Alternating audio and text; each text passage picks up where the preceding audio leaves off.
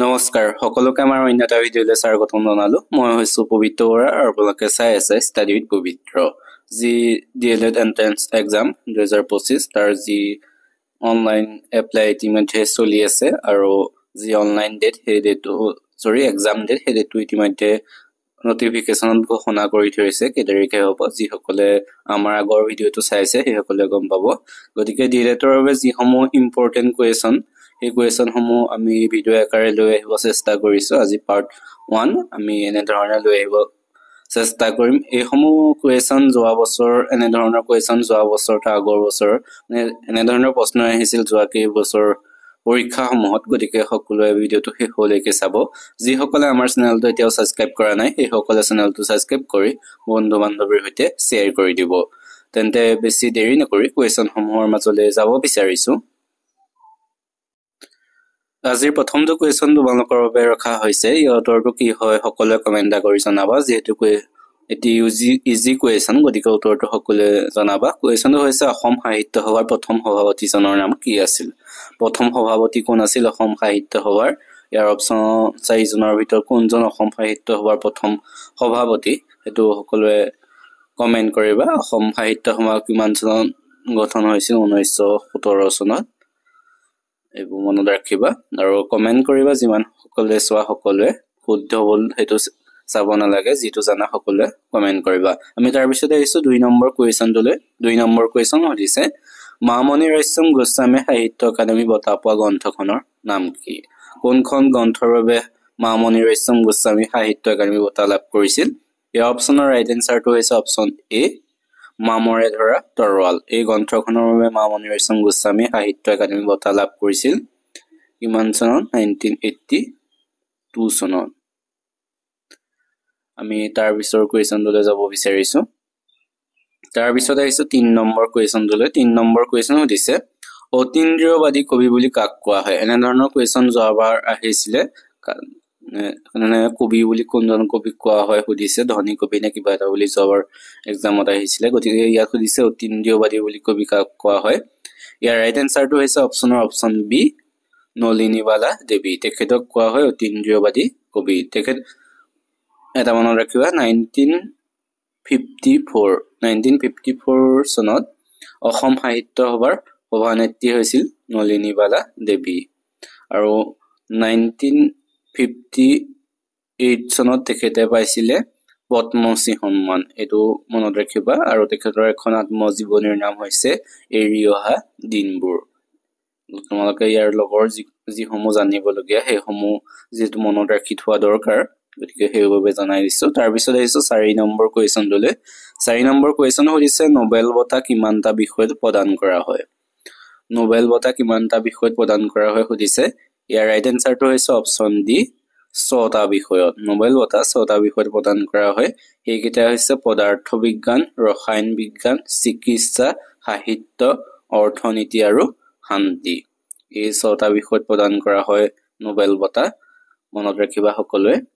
আমি তাৰ পিছত আহিছো 5 নম্বৰ কোৱেশ্যনটোলৈ 5 নম্বৰ কোৱেশ্যন হৈছে আন্তঃৰাষ্ট্ৰীয় ন্যায়ালয় ক'ত অৱস্থিত আন্তঃৰাষ্ট্ৰীয় ন্যায়ালয় ক'ত অৱস্থিত সুধিছে ইয়াৰ অপচনৰ ৰাইট এনসাৰটো হৈছে অপচন বি হেগ দা হেগত যি আন্তঃৰাষ্ট্ৰীয় ন্যায়ালয় অৱস্থিত আমি তাৰ পিছৰ 6 নম্বৰ কোৱেশ্যনটোলৈ আহিছো 6 নম্বৰ কোৱেশ্যন সুধিছে ভাৰতৰ কোনখন চহৰক সিটি অফ জয় বুলি কোৱা হয় সিটি অফ জয় বুলি কোনখন চহৰক কোৱা হয় সুধিছে ইয়াৰ দিছে মুম্বাই নাসিক দিল্লী কলকাতা ৰাইট এনসাৰটো হৈছে অপচন ডি কলকাতা কোৱা হয় সিটি অফ জয় আৰু ইয়াৰ যি অপচন 8 থকা মুম্বাই কোৱা হয় সিটি অফ ড্ৰিমছ আৰু ইয়াত যি আছে নাসিকক কোৱা হয় wine capital of India wine capital of India বুলি কোৱা হয় যি নাসিকক আমি তাৰ পিছৰ কোৱেশ্যনটোলৈ যাব বিচাৰিছো তাৰ পিছৰ 7 নম্বৰ কোৱেশ্যন হৈছে ফেডাৰেশন কাপ কোনবিধ খেলৰ সৈতে জড়িত এনে ধৰণৰ কোৱেশ্যনসমূহ এটা তোমালোকে পাবা ফেডাৰেশন কাপ ডেভিছ কাপ তেনে ধৰণৰ কোৱেশ্যনসমূহ কোনবিধ খেলৰ সৈতে জড়িত তেনে ধৰণৰ কোৱেশ্যন আহে গতিকে অপচন কেইটাৰ ভিতৰত ৰাইট এনসাৰটো হ'ব অপচন এ ফুটবল ফেডাৰেশন কাপ ফুটবল খেলৰ সৈতে জড়িত সকলোৱে মনত ৰাখিবা আমি তাৰ পিছৰ কোৱেশ্যনটোলৈ যাব বিচাৰিছো তাৰ পিছৰ 8 নম্বৰ কোৱেশ্যন সুধিছে ডিভাইন কমেডি কাৰ ৰচনা ডিভাইন কমেডি এখন কাৰ ৰচনা সুধিছে ইয়াৰ ৰাইট এনসাৰটো হৈছে option B Dante Dante divine comedy ৰচনা কৰিছিল তেখেত হৈছে একগৰাকী ইটালীৰ কবি এটো সকলোৱে মনত ৰাখিবা আমি তাৰ পিছৰ কোৱেশ্যনটোলৈ যাব বিচাৰিছো 9 নম্বৰ কোৱেশ্যন সুধিছে ছন্দত ভৰি দিয়া প্ৰথমজন ব্যক্তি কোন আছিল ছন্দত ভৰি দিয়া প্ৰথমজন ব্যক্তি কোন আছিল সুধিছে আৰু ইয়াৰ ৰাইট এনসাৰটো হ'ব অপচন এ নীল আমষ্ট্ৰং হৈছে ছন্দত পৃষ্ঠত ভৰি দিয়া প্ৰথমজন ব্যক্তি আমি তাৰ পিছৰ কোৱেশ্যনটোলৈ যাব বিচাৰিছো তাৰ পিছত আহিছে 10 নম্বৰ কোৱেশ্যনটো 10 নম্বৰ কোৱেশ্যন সুধিছে দাস কেপিটেলৰ ৰচয়িতা কোন দাস কেপিটেল কোনে ৰচনা কৰিছিল সুধিছে অপচনৰ ৰাইট এনসাৰটো হৈছে অপচন বি কাৰ্ল মাৰ্কছে দাস কেপিটেল ৰচনা কৰিছিল বাট ৰচয়িতা তেখেত তাৰ পিছত আছে 11 নম্বৰ কোৱেশ্যনটোলৈ 11 নম্বৰ কোৱেশ্যন সুধিছে মেগনেট লাইন কোন দুখন দেশৰ সীমাৰেখা মেগনেট লাইন কোন দুখন দেশৰ সীমাৰেখা ইয়াৰ ৰাইট এনসাৰটো হৈছে অপচন সি জাৰ্মানী আৰু ফ্ৰান্স হৈছে যি ফ্ৰান্সৰ সীমাৰেখা তাক কোৱা হয় মেগনেট লাইন আৰু যি ভাৰত পাকিস্তানৰ সীমাৰেখা তাক কি বুলি কোৱা হয় ৰেড ক্লিফ লাইন আমি তাৰ পিছৰ 12 নম্বৰ কোৱেশ্যনটোলৈ আহিছো 12 নম্বৰ কোৱেশ্যন সুধিছে চীনৰ চকুলো বুলি কোনখন নদীক কোৱা হয় সুধিছে ইয়াৰ ৰাইট এনসাৰটো হৈছে অপচন এ হুৱাংহু নদীক চীনৰ চকুলো বুলি কোৱা হয় আমি তাৰ পিছৰ 13 নম্বৰ কোৱেশ্যনটোলৈ আহিছো 13 নম্বৰ কোৱেশ্যন সুধিছে পৃথিৱীৰ সৰ্বাধিক এভাৰেষ্ট শৃংগ বিজয়ী ব্যক্তি কোনে সৰ্বাধিকবাৰ এভাৰেষ্ট শৃংগ বিজয় কৰিছিল সুধিছে পৃথিৱীৰ কথা সুধিছে ইয়াৰ ৰাইট এনসাৰটো হৈছে অপচন বি কামিৰিতা শ্বেৰপাই সৰ্বাধিকবাৰ এভাৰেষ্ট শৃংগ বিজয় কৰিছিল কিমান বাৰটো মনত ৰাখিবা 30 বাৰ আহি যাব পাৰে তোমালোকে আজি ভিডিওটো চাই কেনেকুৱা পাইছা সকলো কমেন্ট কৰি জনাবা যদি ভাল পাইছা তেনেহলে চেনেলটো সাবস্ক্ৰাইব কৰি বন্ধু বান্ধৱীৰ সৈতে শ্বেয়াৰ কৰি দিবা আমি তাৰ পিছত আহিছো 14 নম্বৰ কোৱেশ্যনটোলৈ 14টো সুধিছে পৃথিৱীৰ উচ্চতম জলপ্ৰপাতটোৰ নাম কি সুধিছে ইয়াৰ ৰাইট এনসাৰটো হৈছে অপচন এ এঞ্জেল হৈছে পৃথিৱীৰ উচ্চতম জলপ্ৰপাত ক'ত আছে এটো ভেনিজুৱেলাত আছে আমি তাৰ পিছৰ 15 নম্বৰ কোৱেশ্যনটোলৈ আহিছো 15টো সুধিছে পৃথিৱীৰ দীৰ্ঘতম পৰ্বতশ্ৰেণীটোৰ নাম কি কোনটো সুধিছে ইয়াৰ ৰাইট এনসাৰটো হৈছে অপচন সি এণ্ডিছ হৈছে পৃথিৱীৰ দীৰ্ঘতম পৰ্বতশ্ৰেণী আমি তাৰ পিছৰ 16 নম্বৰ কোৱেশ্যন সুধিছে এছিয়াৰ প্ৰথম নোবেল বঁটা বিজয়ী কোন ৰাইট এনসাৰ অপচন এ ৰবীন্দ্ৰনাথ ঠাকুৰ তেখেতে 1913 চনত পাইছিলে নোবেল বঁটা সাহিত্য বিষয়ত তাৰ পিছত আহিছো 17 নম্বৰ কোৱেশ্যনটোলৈ 17টো সুধিছে থমাস কাপ কোনবিধ খেলৰ সৈতে জড়িত থমাস কাপ হৈছে অপচন ডি বেডমিণ্টন খেলৰ সৈতে জড়িত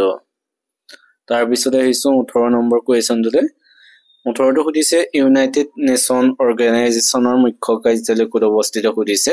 ইয়াৰ অপচনৰ ৰাইট এনসাৰ অপচন এ নিউয়ৰ্ক চহৰত অৱস্থিত আমেৰিকাৰ ইউনাইটেড নেশ্যন অৰ্গেনাইজেশ্যনৰ মুখ্য কাৰ্যালয় আমি তাৰ পিছত 19 নম্বৰ কুৱেশ্যন সুধিছে 19টো সুধিছে ইণ্ডিয়ান বিছমাৰ্ক নামেৰে কাক জনা যায় Indian Bismarck right answer option C Sardar Vallabhbhai Patel তেখেতক কোৱা হয় তাৰ পিছত আজি 20 নম্বৰ কুৱেশ্যনটো সুধিছে 20 নম্বৰটো সুধিছে কোনখন চহৰক আৰব সাগৰৰ ৰাণী বুলি কোৱা হয় আৰব সাগৰৰ ৰাণী বুলি কোনখন চহৰক কয় অপচন বি কোচিনক কোৱা হয় আৰব সাগৰৰ ৰাণী বুলি তাৰ পিছত আহিছে 21 নম্বৰ কুৱেশ্যনটো 21টো সুধিছে মেগছেছে বঁটা লাভ কৰা প্ৰথম ভাৰতীয় মহিলা কোন আছিল মেগছেছে বঁটা লাভ কৰা প্ৰথম ভাৰতীয় মহিলা আছিল অপচন ডি মাদাৰ টেৰেছা তাৰ পিছত 22 নম্বৰ কুৱেশ্যনটো আহিছে 22টো সুধিছে দা গড অফ স্মল থিংছ কিতাপখন কোনে লিখিছিল দা গড অফ স্মল থিংছ কিতাপখন লিখিছিলে অপচন এ ৰাইট এনসাৰ অৰুন্ধতী ৰয়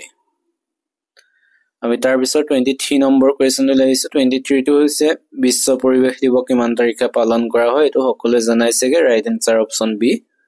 5 জুন বিশ্ব পৰিৱেশ দিৱস তাৰ পিছত আহিছে 24 নম্বৰ কোৱেশ্চনটো 24 টো সুধিছে ভাৰত ৰত্ন লাভ কৰা প্ৰথম মহিলা কোন আছিল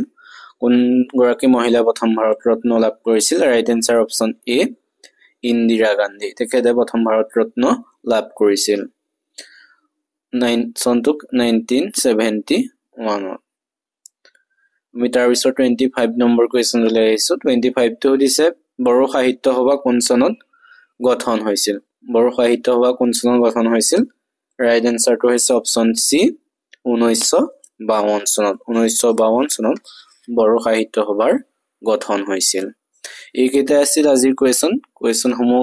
চাই তোমালোকে কেনেকুৱা পালা সকলোৱে কমেন্ট কৰি জনাবা আৰু কোৱেশ্চন সমূহ 25 টাৰ ভিতৰত তোমালোকে কিমানটা উত্তৰ দিব পাৰিছা সকলোৱে কমেন্ট কৰি জনাবা আৰু ডিএলএড ৰ বাবে যি ইম্পৰ্টেন্ট কোৱেশ্চন হেসমূহ আমি ৰেগুলাৰ ভিডিও আকাৰে লৈ আহিবলৈ চেষ্টা কৰিম গতিকে সকলোৱে চেনেলটো সাবস্ক্ৰাইব কৰি থবা তেন্তে আজিলৈ ভিডিওটো ইমানে ধন্যবাদ